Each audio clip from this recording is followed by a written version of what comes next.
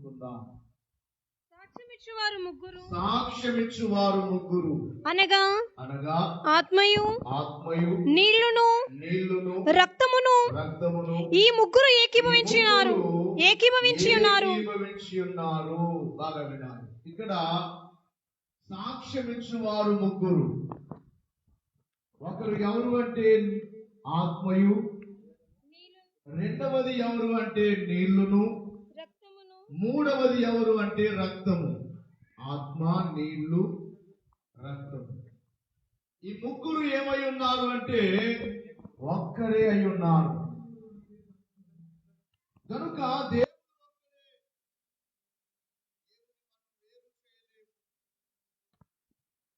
తండ్రి వేరు, కుమారుడు వేరు, పరిశుద్ధాత్ముడు వేరు అని మనం వేరు చేయలేము. అందుకే ఇందాక పాడిన పద్యములో దైవజనుడు అంటున్నారు, ముగ్గురు లేని ఒక్కరిని బ్రొక్కలేము అన్నారు. అంటే ఒక్కరికే ఆరాధన చేయలేము. దేవుని యొక్క మహాకృపను బట్టి కొన్ని సంఘాల వారు త్రిత్వమును నమ్ముచున్నారు. ఎక్కువగా త్రిత్వమును నమ్మేవారు బైబిల్ విషయ వారుగా కనబడుచున్నారు. దేవుడు ఒక్కరే అని బైబిల్లో అనేక చోట్ల మనకు కనబడుతుంది. కొన్ని వచనాలు ఒక్కరైన దేవుడు ముగ్గురుగా ఎలాగూ కావలసి వచ్చింది. బాగా వినాలి. ఒక్కరు ముగ్గురు అవ్వవలసిన పని ఏమిటి అనే అంశమే ఈరోజు. దేవుడు ఒక్కరే కానీ ముగ్గురుగా ఎలాగున బయలుపడ్డారు అన్న విషయాన్ని క్లుప్తముగా మనం విందాం. మొదటిగా ద్వితీయోపదేశ కాండము 4వ అధ్యాయం 35వ వచనములో, ద్వితీయోపదేశ కాండము 6వ అధ్యాయం 4వ వచనములో, ద్వితీయోపదేశ కాండం 32వ అధ్యాయం 39వ వచనాల్లో ఈ వచనాలన్నింటిలో కూడా దేవుడు ఒక్కరే అనే మాటలు మనకు కనబడతాయి. చదవడం కొంచెం స్పీడ్గా. అయితే యెహోవా దేవుడనియు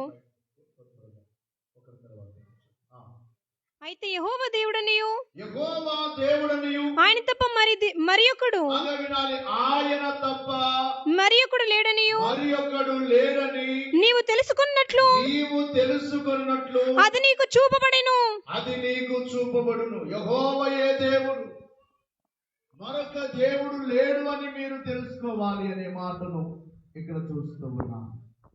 ద్వితీయోపదేశ కాండం 6వ అధ్యాయం 4వ వచనములో, ఇశ్రాయేలు వినుము, మన దేవుడైన యెహోవా ఇశ్రాయేలీయులతో మాట్లాడుచున్న మాట మోషే గారు వారికి బోధించుచున్న బోధ ఏమిటంటే, ఇశ్రాయేలు వినుము, మన దేవుడైన యెహోవా అద్వితీయుడకు యెహోవా, ఒక్కడైన యెహోవా. అద్వితీయుడు అంటే ఒక్కడే. మన దేవుడైన యెహోవా అద్వితీయుడకు యెహోవా. ప్రియులారా, అదే ద్వితీయోపదేశ కాండం 32వ అధ్యాయములో 29వ వచనములో చూస్తే, వారు జ్ఞానము తెచ్చుకొని దీని తలపోసి తమ కడవరి స్థితి యోచించుటమేలు, తమ ఆశ్రయ దుర్గము వారిని అమ్మవేయగలరా. 32-39 ద్వితీయోపదేశ కాండం 32-39. ఇదిగో నేను నేనే దేవుడను. దేవుడు అంటున్నారు ఇక్కడ, ఆయనే మాట్లాడుచున్న మాట. ఇదిగో నేనే దేవుడను, నేను తప్ప వేరొక దేవుడు లేడు. ఈ మాట బయటి వారికి ఇష్టముగా ఉండకపోవచ్చు. అంటే అందరూ దేవుళ్ళు కదా, ఈ దేవుడు ఏమిటి నేనే దేవుణ్ణి అంటున్నాడు. నేనే దేవుణ్ణి, నేను తప్ప వేరొక దేవుడు లేడు. జాగ్రత్తగా వినాలి. ఆయన ఒక్కడే అనే మాటలు బైబిల్లో అనేక చోట్ల మనకు కనబడతాయి. సమూయేలు 2వ గ్రంథములో 7వ అధ్యాయము 22వ వచనములో కూడా చూస్తే 7:22 ఎవరు తీస్తే వాడు. కాబట్టి దేవా యెహోవా, ఇక్కడ దావీదు గారు దేవునికి ప్రార్థన చేస్తున్నాడు. ఏమని ప్రార్థన చేస్తున్నాడు అంటే, కాబట్టి దేవా యెహోవా యెహోవా నీవు అత్యంతమైన ఘనత గలవాడవు నీ వంటి దేవుడొకడు నీ వంటి దేవుడు ఒక్కడును లేడు. మేము వినిన దానినంతటిని అంతటిని బట్టి చూడగా నీవు తప్ప దేవుడెవడును లేడు. దేవుడు ఒక్కడే అనే మాటలు బైబిల్లో అనేక చోట్ల మనకు కనబడతాయి. దేవుడు నమ్మని వారు కూడా అంటారు దేవుడు మాట్లాడుతారు. జన ఏనంటారు అవరు ఒక్కరే దేవుడు. మనుషులు అవరెవరు కల్పించుకున్నారు. అసలు దేవుడు ఒక్కరే. మనం కూడా పాడుకుంటాం కదా, ఒక్కండే దేవుండు ఒంటరిగా నేయుండే అనాదిని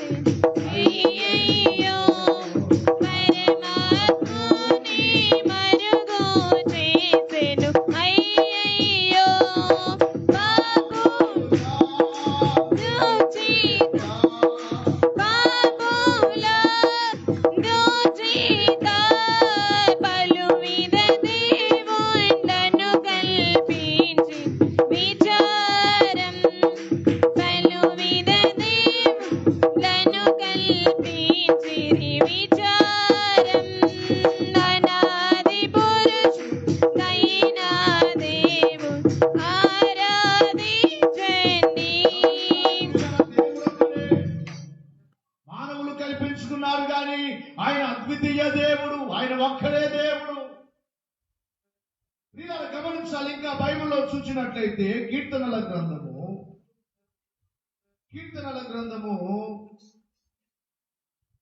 83వ సంకీర్తన 18వ వచనాన్ని 86వ సంకీర్తన 8వ వచనాన్ని కూడా చదువుకుందాం. యెహోవా అను నామము ధరించిన నీవు మాత్రమే సర్వలోకములో మహోన్నతుడవు అని వారు ఎరుగుదురుగాక. యెహోవా అను నామము ధరించిన నీవు ఒక్కడవే మహోన్నతుడవు, సర్వలోకమునకు నీవే మహోన్నతుడవని వారు ఎరుగుదురుగాక. బహుశా ఈ మాట ఎదుటి వారికి ఇబ్బందిగా ఉండొచ్చు. బైబిల్ని బట్టి చెబుతున్నాను, ఆయన ఒక్కడే, దేవుడు ఒక్కరే. ప్రియులారా గమనించాలి. ఇంకా 86వ సంకీర్తన 8వ వచనములో కూడా చూస్తే ప్రభువా ప్రభువా నీవు మహాత్సవ గలవాడవు, నీవు మహాత్మ్యము గలవాడవు, ఆశ్చర్య కార్యములు చేయువాడవు, ఆశ్చర్య కార్యములు చేయువాడవు, నీవే అద్వితీయ దేవుడవు. నీవే అద్వితీయ దేవుడవు. ప్రభువా ప్రభువా దేవతలలో నీ వంటి వాడు లేడు. దేవతలలో నీ నీ వంటి వంటి వాడు వారు లేడు. లేరు. నీ కార్యములకు నీ కార్యములకు సాటి అయిన కార్యములు సాటి అయిన లేవు. కార్యములు లేవు. లేవు. నీ వంటి వాడు లేడు. దేవతలలో నీ వంటి వారు లేరు. నీ ఒక్కడవే, నీ ఒక్కడవే, నీ ఒక్కడవే, ఒక్కడే అనే మాట బైబిల్లో చాలా చోట్ల మనకు కనబడుతుంది. నేను కొన్ని మాత్రమే మీకు చెబుతున్నాను. మీరు గమనించాలి. యెషయా గ్రంథం 43వ అధ్యాయం 10వ వచనములో, యెషయా గ్రంథం 44వ అధ్యాయం 6వ వచనములో, యెషయా గ్రంథం 45వ అధ్యాయం 18వ వచనములో, ఈ వచనాలన్నింటిలో కూడా ఇక్కడ కూడా ఆయన ఒక్కరే అనే మాటలు కనబడుతున్నాయి. చదవండి. మీరు ఆ తెలుసుకొని నన్ను నమ్మి, తెలుసుకొని మీరు నన్ను నమ్మి నేనే ఆయనని గ్రహించున్నట్లు, నేనే ఆయనని గ్రహించున్నట్లు మీరును నేను ఏర్పరచుకొని నా సేవకుడును నా సేవకుడును నాకు సాక్షులు నాకు ముందుగా ఇక్కడ బాగా వినాలి. నాకు ముందుగా ఏ దేవుడును నిర్మింపబడలేదు. బాగా ఈ మాట వినాలి. నాకు ముందుగా ఏ దేవుడును నిర్మింపబడలేదు. నా తరువాత ఏ దేవుడును ఉండడు. చెప్పలు కొట్టాలి. మనం ఎంత ధన్యులం, మనం ఎంత ధన్యులం. ఆ నిజదేవుని నమ్ముకున్న మనం ఎంత ధన్యులం. నాకు ముందుగా ఎవరు లేరు, అందుకే ఆయన పేరు అనాది దేవుడు. నా తర్వాత ఎవరు లేరు, అందుకే ఆయన పేరు అనంత దేవుడు. తర్వాత వచనములు అంటాడు కదా, నేనే. ఇక్కడ అంటున్నాడు నేనే. దేవుడు పరిచయం చేసుకుంటున్నాడు. నేనే యెహోవాను, నేను తప్ప వేరొక రక్షకుడు లేడు. ప్రకటించువాడను నేనే, రక్షించువాడను నేనే, దాన్ని గ్రహింపచేసిన వాడును నేనే. ఏ అన్న దేవతయు మీలో గమనించాలి. ప్రియుల తర్వాత వచనములో కూడా చూస్తే 45:18 ఆకాశములకు సృష్టికర్తయగు యెహోవా దేవుడు ఆయన భూమిని కలుగజేసి దానిని స్థిరపరచెను. ఇక్కడ ఎవరట ఆయన? దేనికి సృష్టికర్త? ఆకాశములకు సృష్టికర్త. అంటే సృష్టించిన వాడెవరు చెప్పండి. ఇప్పుడు గట్టిగా చెప్పాలి, మాట్లాడాలి. ఆయనే. ఆకాశములకు సృష్టికర్త ఆయనే, సృష్టించిన వాడు ఆయనే. ఆయన తప్ప మరెవరు లేరు అనే మాటను ఈ వచనములో కూడా చూస్తూ ఉన్నాం. ఆకాశములకు సృష్టికర్తయగు యెహోవాయే దేవుడు ఆయన భూమిని కలుగజేసెను, భూమిని దాని స్థిరపరచెను.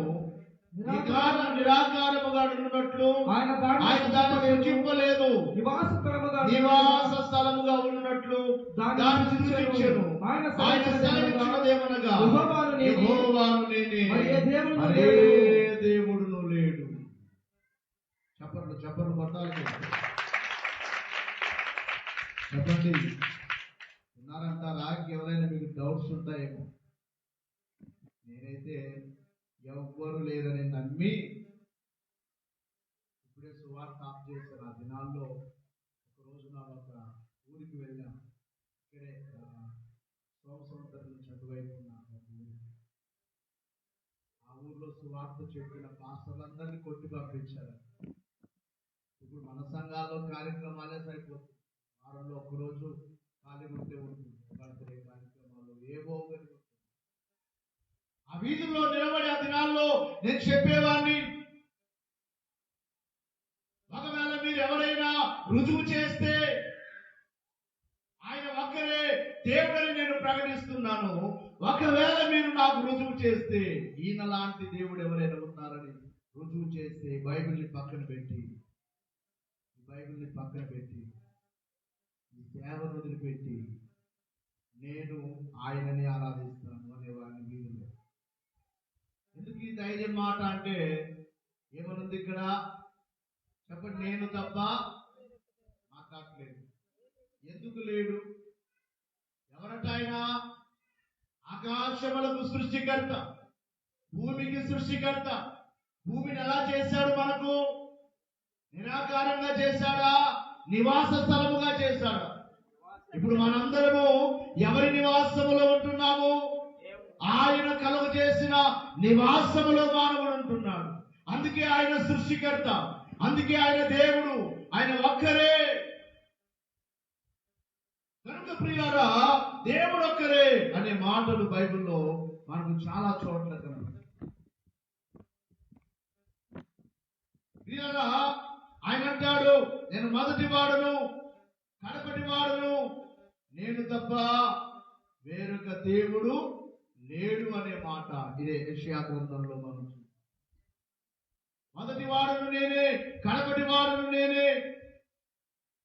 43వ అధ్యాయంలో ప్రియులారా 11వ వచనంలో కూడా నేనే యెహోవాను, నేను తప్ప వేరొక రక్షకుడు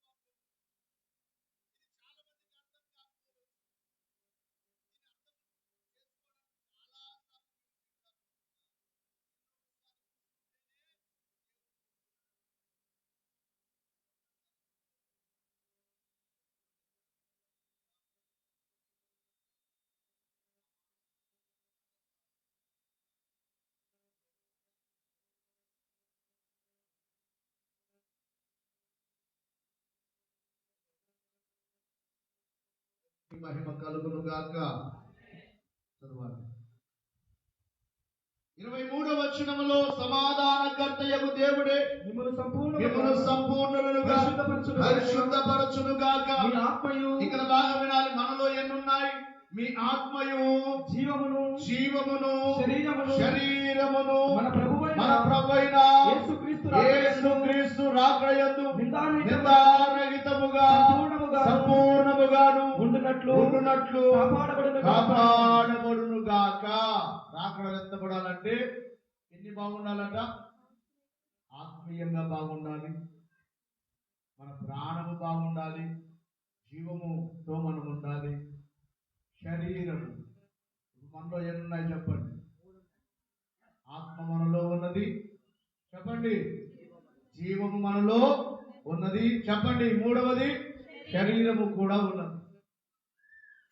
పశువులకు కానీ, పక్షులకు కానీ, మృగములకు కానీ ఆత్మ లేదు. కుక్కలకు కానీ, నక్కలకు కానీ, పిల్లులకు కానీ చెప్పండి. ఇంకా ఏ జీవికి ఏమి లేదు?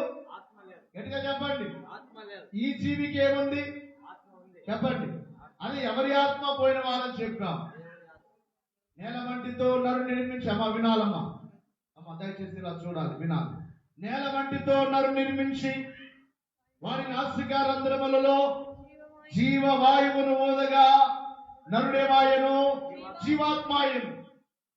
అంటే శరీరాన్ని చేసింది ఆయనే, మనలోనికి ప్రాణాన్ని పోసింది ఆయనే, ఆత్మను పంపించింది కూడా ఆయనే.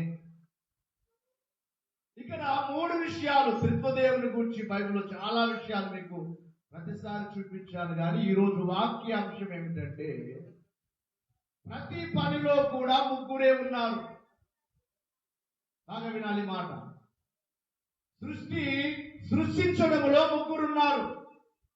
తండ్రి ఉన్నాడు, కుమారుడున్నాడు, పరిశుద్ధాత్ముడున్నాడు. సృష్టి యొక్క కార్యములు, అందుకే ఆదికాండం 1వ అధ్యాయం 1-2 వచనాల్లోను, అలాగే ఆదికాండము 1వ అధ్యాయము 26వ వచనములోను మనం చూసినప్పుడు ఆదియందు దేవుడు భూమి ఆకాశములను సృజించెను. భూమి నిరాకారముగా శూన్యముగాను ఉండెను. చీకటి అగాధ జలముల పైన కమ్మి ఉండెను. దేవుని ఆత్మ జలములపైన అల్లాడుచుండెను. దేవుడు వెలుగు కమ్మని పలుకగా వెలుగు కలిగెను. ఇక్కడ 3 మాటలు కనబడుతున్నాయి.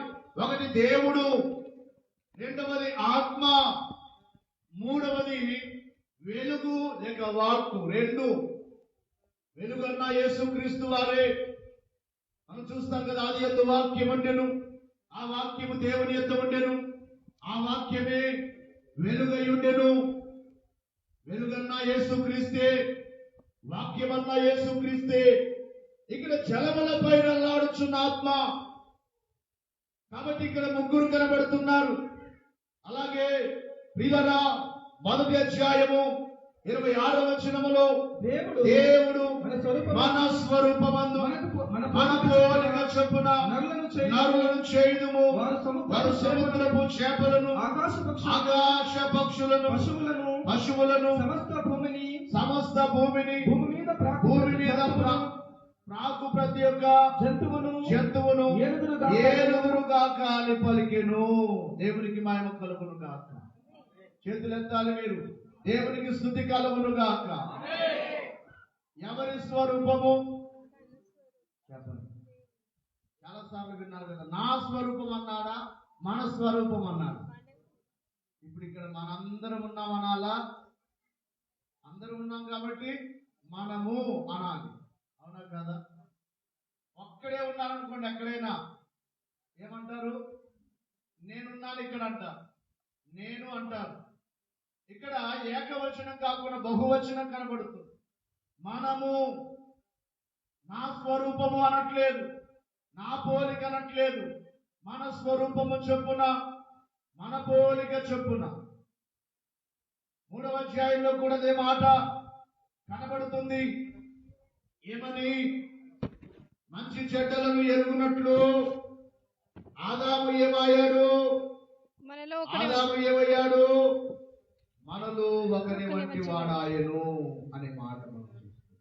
చదవండి ఒకసారి. అప్పుడు దేవుడైన యెహోవా దేవుడైన యెహోవా ఇదిగో మంచి చెడులను ఎరుగునట్లు ఇదిగో మంచి చెడ్డలు 22వ వచనములో మంచి చెడ్డలను ఎరుగునట్లు ఆదాము మనలో మనలో ఒకడి వంటి వాడాయను. కాబట్టి అతడు ఒకవేళ తన చెయ్యి చాచి జీవవృక్ష ఫలమును కూడా తీసుకుని తిని నిరంతరము జీవించునేమో అని దేవుడైన యెహోవా అతడు ఏ నేల నుండి తీయబడెనో దాని సేద్యపరచుటకు ఏదైనా తోటలో నుండి అతని పంపివేసెను. అప్పుడు ఏముంది? మనలో ఒకని వంటి వాడాయు అంటే ఇక్కడ ఎవరున్నారు? మనం అంటే అక్కడ ఒకరికంటే ఎక్కువ మంది ఉన్నారు. తండ్రి ఉన్నాడు, కుమారుడు ఉన్నాడు, పరిశుద్ధాత్మ. మీకు చాలా వచనాలు ఇంతకుముందు చూపించాను, మరలా కాకుండా అబ్రహాము గారి దగ్గరికి కూడా ముగ్గురుగా వచ్చినట్లుగా 18వ అధ్యాయంలో మనకు కనబడుతుంది. 14వ అధ్యాయంలో షాలేము రాజుగా మెల్కీసెదెకుగా వచ్చాడు. ఆ మాటను ఎబ్రీ పత్రికలో మెల్కీసెదెకు ఎవరో, షాలేము రాజు ఎవరో అపోస్తుడైన పౌలు ఎబ్రీ పత్రిక 7వ అధ్యాయంలో తెలియజేస్తాడు. ఆయన యేసుక్రీస్తు. పాత నిబంధనలో ఆయన కొన్నిసార్లు ప్రత్యక్షమయ్యాడు. గమనించాలి ప్రియులారా, సృష్టి యొక్క కార్యములో. అందుకే మనం చూస్తాము యోహాను సువార్తలో 1వ అధ్యాయంలో కలిగి ఉన్నదేది ఆయన లేకుండా కలుగలేదు. ఎవరు లేకుండా అంటే ఆయన ఎవరు? యేసుక్రీస్తు లేకుండా కలుగలేదు. ఈ మాటను బట్టి చెప్పాలంటే తండ్రి లేకుండా ఏది కలుగలేదు, కుమారుడు లేకుండా ఏది కలుగలేదు, పరిశుద్ధాత్మ లేకుండా ఏది కలుగలేదు. సృష్టి కార్యములో ముగ్గురు ఉన్నారు. ఇక భూలోకానికి రక్షకుని పంపించడంలో కూడా ముగ్గురు పని జరిగింది. ఎవరి పని జరిగింది? తండ్రి మొదటిగా తన వాగ్దానములు చేస్తాడు, పంపిస్తాను, కుమారుని పంపిస్తాను. అయితే గమనించాలి, కాలము సంపూర్ణమైనప్పుడు దేవుడు తన కుమారుని పంపెను. గలతీ పత్రిక 4వ అధ్యాయం 4వ వచనం నుండి అయితే కాలము పరిపూర్ణమైనప్పుడు దేవుడు తన కుమారుని మాట వినాలి. ఎవరు పంపిస్తున్నాడు? మాట్లాడుతుంది అర్థం చేసుకోవాలి. త్రిత్వాన్ని కూర్చొని అర్థం చేసుకోవాలి. ఎవరు పంపిస్తున్నాడు? కాలము పరిపూర్ణమైనప్పుడు దేవుడు తన కుమారుని పంపెను. అంటే పంపించేవారు ఎవరు? యేసు ప్రభువారు కూడా సువార్తల్లో చాలా సార్లు చెప్పారు. ఏమని? తండ్రి నన్ను పంపించాడు, తండ్రి పని మీద వచ్చాను, తండ్రి నన్ను పంపించాడు, తండ్రి నన్ను పంపించాడు. కనుక ప్రియులారా, పంపించిన వాడు తండ్రి అయితే, భూమి మీదకి వచ్చిన వాడు కుమారుడైతే, ఆ కుమారుడు భూమి మీదకి రావడానికి కార్యము చేసిన వారెవరు? 1వ అధ్యాయము లూకా సువార్త 37వ వచనము నుండి చదువమా. చెప్పిన ఏ మాట అయినను నిరర్థకము కానేరదని ఆమెతో చెప్పెను. అందుకు మరియా ఇదిగో ప్రభు దాసురాలను నీ మాట చొప్పున నాకు జరుగును గాక అనెను. అంతట దూత ఆమె యొద్ద నుండి వెళ్ళెను. దేవుడు పంపిస్తానన్నాడు. దేవుడు చెప్పిన ఏ మాట అయినా నిరర్థకము కాదు. 34వ వచనం 5వ వచనములో చూస్తే, అందుకు మరియా నేను పురుషుని ఎరుగని దానిని ఇది ఎలాగు జరుగునని దూతతో అనగా బాగా వినాలి. ఇక్కడ ఎవరి పని కనబడుతుంది అంటే, దూత పరిశుద్ధాత్మ నీ మీదికి వచ్చును, సర్వోన్నతుని శక్తి నిన్ను కమ్ముకొనును, కనుక పుట్టబోవు శిశువు పరిశుద్ధుడై దేవుని కుమారుడు అనబడును. ఇక్కడ ఎవరు కనబడుతున్నారు? మాట్లాడలేదు అయ్యామా. మరియ గర్భం ధరించడానికి పనిచేసింది ఎవరు? పంపించింది తండ్రి. ఆ గర్భంలోనికి నర శరీరధారిగా నరుడు కావలసిన అవసరం ఆయనకు లేదు. నర శరీరాన్ని ధరించుకొని వచ్చింది కుమారుడైతే, ఆ కుమారుడు గర్భములోనికి నర శరీరాన్ని ధరించుకోవడానికి పని చేసిన వారెవరు? చెప్పండి చెప్పండి గట్టిగా, పరిశుద్ధాత్మ. ఇక్కడ రక్షణ కార్యములో కూడా ఎంతమంది కనబడుతున్నారు? ముగ్గురు కనబడుతున్నారు. సృష్టి యొక్క కార్యములో ముగ్గురే కనబడతారు. అలాగే యేసుక్రీస్తు వారి యొక్క మరణము, యేసుక్రీస్తు వారి పునరుత్థానములో కూడా ముగ్గురు మనకు కనబడతారు. దేవుడు మృతులలో నుండి లేపెను అనే మాట బైబిల్లో చూస్తాం. ఇదిగో ఆత్మయే ఆయనను లేపెను అనే మాట బైబిల్లో చూస్తాం. ఆత్మ లేపాడు, దేవుడు లేపాడు. అంటే ఇక్కడ కూడా ముగ్గురు, పునరుద్ధాన కార్యములో కూడా ముగ్గురు పనిచేస్తారు. ఇక నేడో రేపో రాకడ రాబోతుంది. రాకడలో కూడా త్రిత్వ దేవుని యొక్క పనియే జరుగుతుంది. త్రిత్వ దేవుని పని ద్వారానే ఈ సంఘము పైకెత్తబడుతుంది. యేసుక్రీస్తు వారిని ఆ దినములలో శిష్యులైన వారు అడుగుతున్నారు, అయ్యా నీ రాకడ ఎప్పుడు వస్తుంది, నీవెప్పుడు వస్తావన్నప్పుడు ప్రభు వారికి చెప్పిన సమాధానం ఏమిటంటే, మనుష్య కుమారుని రాకడ తండ్రికి మాత్రమే తెలుసు, పరలోకమందు ఉన్న దూతలకైనను కుమారునికైనను తెలియదు, కుమారుడైనను తెలియదు.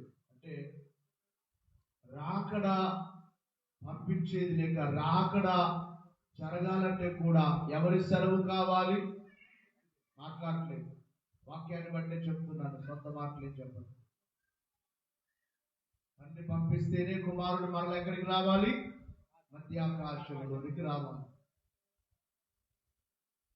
ఆ తండ్రి ప్రేమను బట్టి ఇంకా కుమారుని పంపించాడు. ఆ దినములలో మరియ గర్భములోనికి పంపించిన తండ్రి, మరియ గర్భములోనికి ఆయన భూలోకానికి మరియ గర్భము ద్వారా ఈ భూమి మీదకి పంపించి నరులకు రక్షణ అవసరమైన ఆ కార్యాన్ని, సిలువను, ఆ పనంత దేవుడు కుమారుని ద్వారా జరిగించాడు. ఇప్పుడు మరలా కుమారుడు రావాలంటే ఎవరి సెలవు కావాలి? తండ్రి సెలవు, దేవుని సెలవు. దేవునికి మహిమ కలుగును గాక. వీళ్ళని గమనించాలి. అయితే ఆయన మధ్య ఆకాశంలోకి వచ్చినప్పుడు సంఘం ఎత్తబడాలంటే మరి ఎవరి పని జరగాలి? చెప్పండి చెప్పండి. ఎవరు తీసుకెళ్తారు? మధ్యాకాశంలోనికి మనల్ని ఎవరు తీసుకెళ్తారు? మనకు మనం ఎగరలేము. మనల్ని రెక్కలు కలిగిన పక్షుల వలె మనలో పనిచేసి, అందుకే రాకడ దినమునకు మనలో ఉన్న 3 పవిత్రముగా ఉండాలన్న. ఒకటి ఆత్మ శుద్ధిగా ఉండాలి, శరీరము శుద్ధిగా ఉండాలి, ప్రాణము శుద్ధిగా ఉండాలి, జీవము. ఆత్మదేవుని కార్యమే. అందుకే ఏలియా, ఎహెజ్కేల్, ఫిలిప్పు ఎగిరిపోయిన రీతిగా ఏలియా, ఎహెజ్కేలు, ఫిలిప్పు ఎగిరి ప్రయాణము చేసిన రీతి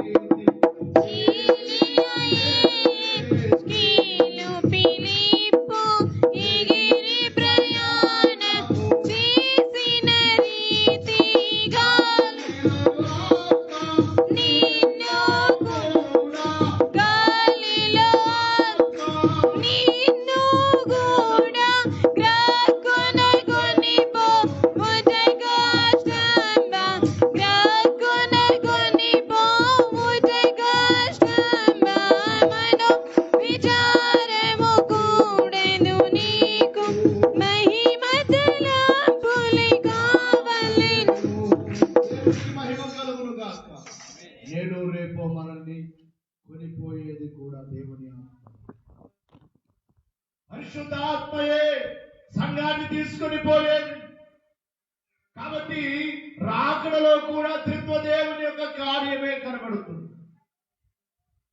బాగా వినాలి మీరు. వేరు చేయలేము.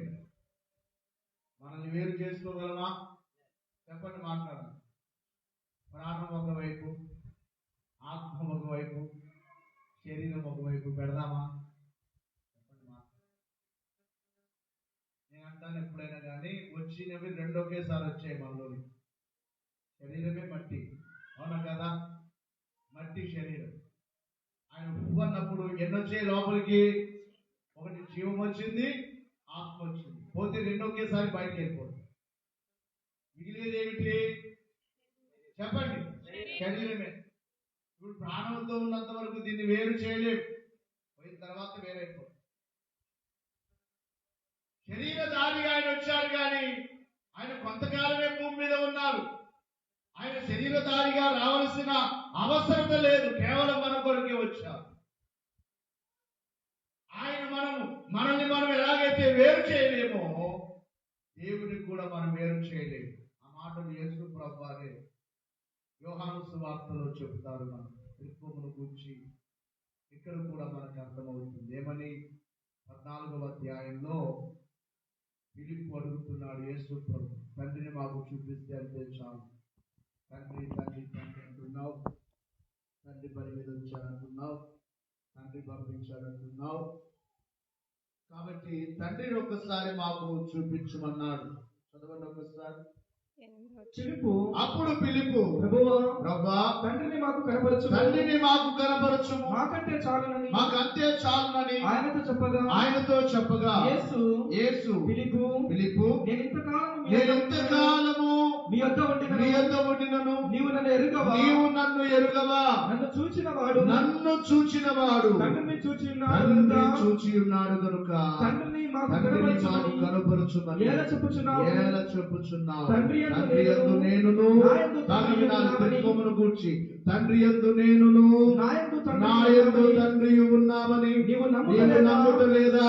నేను మీతో చెప్పుచున్న మాటలు నా యందు నేను చెప్పుటలేదు, తండ్రి నా యందు నివసించుచున్నాడు, తన క్రియలు చేయుచున్నాడు. చెప్పరు కొడదాం. తండ్రి యందు నేనును నా యందు తండ్రియు ఏకమై ఉన్నామని నమ్ముడి లేదా ఈ క్రియల నిమిత్తమైనను నన్ను నమ్ముడి. దేవునికి మహిమ కలుగును గాక. చెప్పండి, వేరా ఒకటేనా? ముగ్గురు ఒక్కరే. దాన్ని బట్టి ఈ సృష్టిలో కాలాలు 3 కనబడతాయి. సూర్యుడు ఒక్కడే, కానీ సూర్యుడు ఎన్ని భాగాలు ఉన్నాయి? ఒకటి వేడి, ఎక్కడో ఉన్న వేడి ఈ భూమి మీదకి వచ్చేస్తుంది. ఎంత ఎండలో మనం ప్రార్థన చేసిన అద్భుత రీతిగా ఈ మే నెలలో మన ప్రార్థన 24 అంశాల్లో ఒక అంశముగా వర్షం కొరకు ప్రార్థన చేస్తుంది. చక్కగా ముందుగానే దేవుడు వర్షాలు కురిపించాడు. అందుకు దేవునికి మహిమ కలుగును గాక. మీరు గమనించాలి, ఎక్కడో ఉన్న సూర్యుని యొక్క వేడి భూమి మీదకి వస్తుంది. అలాగే సూర్యుని యొక్క ఆకారం యొక్క బింబము, సూర్యుని యొక్క వేడి వస్తుంది, సూర్యుని యొక్క ఆకారము కనబడుతుంది. ఇక మూడవది ఏమిటంటే ఆ సూర్యునిలో ఉన్న వెలుగు. సూర్యుని ద్వారా మనకేమొస్తుంది? మాట్లాడుతుంది. వేడి సూర్యునిలో నుంచి వస్తుంది, వెలుగు సూర్యునిలో నుంచి వస్తుంది, ఆకారం మనకు కనబడుతుంది. సూర్యుడు ఒక్కడా ముగ్గురా? ఒకే సూర్యుడా? ముగ్గురు సూర్యులు ఉన్నారా? ఒకే చంద్రుడు ఉన్నారా? ముగ్గురు చంద్రులు ఉన్నారా? మాట్లాడు. ప్రపంచానికి చిన్నతనంలో అనుకునేవాళ్ళం, మా ఊర్లో సపరేట్ సూర్యుడు ఉంటాడు అనుకునే వాళ్ళం. అవునా కాదు? ఇది నా తల మీదే ఉన్నాడు పడుకునే, బయట ఎండాకాలం బయట పడుకుని నా తల మీదే ఉన్నాడు. మా బంధువులు ఊరికి వెళ్తే అక్కడ ఉంటాడు, అక్కడ వేరే సూర్యుడు, అక్కడ వేరే చంద్రుడు, ఇక్కడ వేరే చంద్రుడు అనుకునే వాళ్ళం. అజ్ఞాన కాలం అది, అజ్ఞాన కాలం, తెలియని కాలం, చిన్నతనం కదా. పిల్లలు కూడా అడుగుతుంటారు, డాడీ మన ఊర్లోనేనా ఉండేది, ఆ ఊర్లో కూడా ఉంటాడా? ప్రపంచానికి ఒకే సూర్యుడు, భూమి ఒక్కటే, సూర్యుడు ఒక్కడే. గమనించాలి, వీటన్నిటిని కలుగు చేసిన దేవుడు కూడా ఒక్కడే. పనులను బట్టి, కాలములను బట్టి ఆయన ముగ్గురుగా బయలుపడవలసి వచ్చింది. అంతేగాని ఆయన ముగ్గురు ఒక్కరే. త్రిత్వ మర్మము గొప్ప, అది త్రిత్వం అనేది గొప్ప మర్మము అని మనం దాక పద్యములో పాడుకున్నాము. కనుక త్రియేక దేవుని ఆశీర్వాదములు దేవుడు మనకెల్లరకు మెండుగా అనుగ్రహించునుగాక. గట్టిగా చెప్పాలి. త్రియేక దేవుని ఎక్కువ ఆరాధన చేస్తే మనం దినదినం ఏమవుతామట చెప్పాలి, మాట్లాడాలి, వృద్ధి అయిపోతాం, వృద్ధి.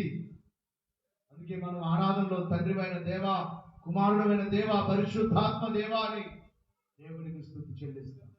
ఇశ్రాయేలుని ఆశీర్వదించమన్నాడు దేవుడు. ఎన్ని రీతులుగా ఆశీర్వదించారు వాక్య పఠంలో చదువుకున్నాం. ఎన్ని రీతులుగా? ఒకే ఆశీర్వాదమా, 3 ఆశీర్వాదాల?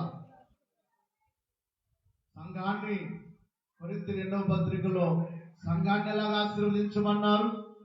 మన ప్రభు అయిన యేసుక్రీస్తు వారి కృప, తండ్రియగు దేవుని ప్రేమ, ఆదరణకర్త అయిన పరిశుద్ధాత్ముని సహవాసము మీకెల్లరకు తోడయుండును గాక అని ఆశీర్వాదం.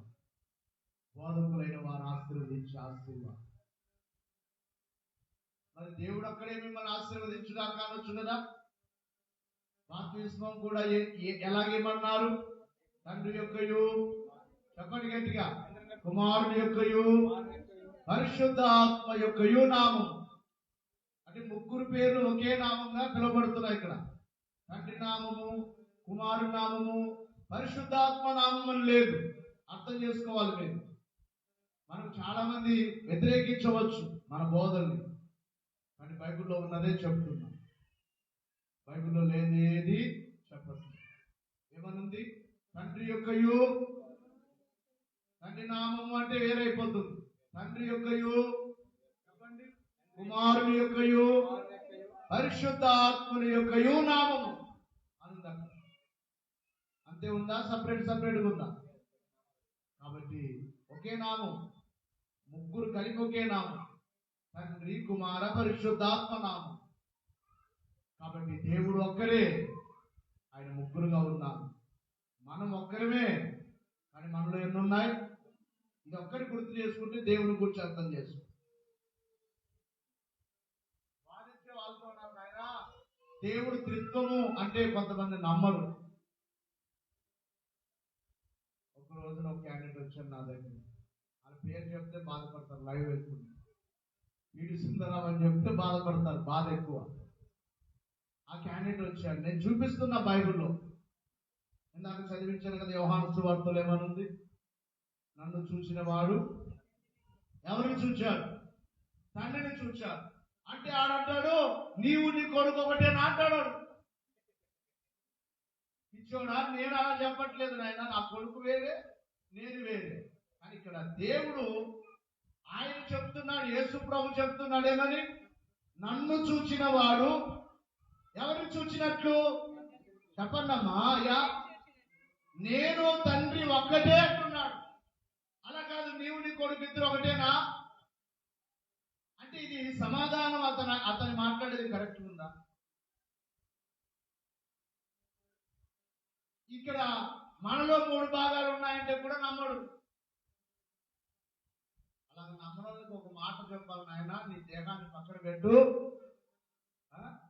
మనం కూడా రివర్స్ లో చెప్పాలన్నమాట. ఈ దేహం పక్కన పెట్టిన ఆయన దరిద్రం వదిలిపోతుంది, ఇక ప్రశ్నలు ఏముండవు. పరదేశంలో మా పాట పాడడానికి ఎవరిని ఒకరిని పిలిపించి పంపిస్తామని చెప్పాలి. ఇది ఒక మర్మము, మంది ఒక మర్మం. మనలో 3 ఉన్నాయి, ఇదొక మర్మం.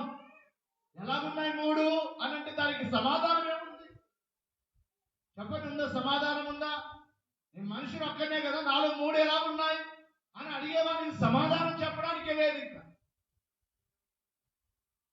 అది వితండవాదం అంటారు. ఇంకా ఇంకో మాటలో చెప్పాలి, మూర్ఖత్వం అంటారు అది. కాబట్టి దేవుడు ఒక్కరే, కాలములను బట్టి, పనులను బట్టి ముగ్గురుగా బయలుపడ్డారు, ఒక్కరే త్రిత్వముగా బయలుపడ్డారు. ఆ ఒక్కరైన త్రిత్వదేవుని యొక్క దీవెనలు మనకెల్లరికూ అనుగ్రహించును గాక. తండ్రిగా ఈ సృష్టి అంతటిని చేశారు. కుమారునిగా సృష్టి పాడైపోతే ఆ సృష్టిని రక్షించడానికి రక్షకునిగా భూమి మీదకి వచ్చి రక్షణ కార్యము చేశారు. ఆ రక్షింపబడిన ఆత్మలను పరిశుద్ధపరచి ఆ నిత్య మహిమకు తీసుకుని వెళ్ళడానికి ఇప్పటికీ మన మధ్యలో ఎలా పనిచేస్తున్నాడు చెప్పండి. నేను చెప్పాను పోయిన వారం కూడా, భూమి మీద ఎవరున్నారు? ఇప్పుడు పరిశుద్ధ ఆత్మని యొక్క పని జరుగుతూ ఉంది. త్రియేక దేవుని దీవెనలు పొంది ఆయన రాకకు సిద్ధపడి మేఘం ఎక్కుదాం. అతి వాక్యము దేవుడు మనకు దయచేయును గాక. ఆమేన్. మోకరిద్దాం, కళ్ళు మూసుకుందాం.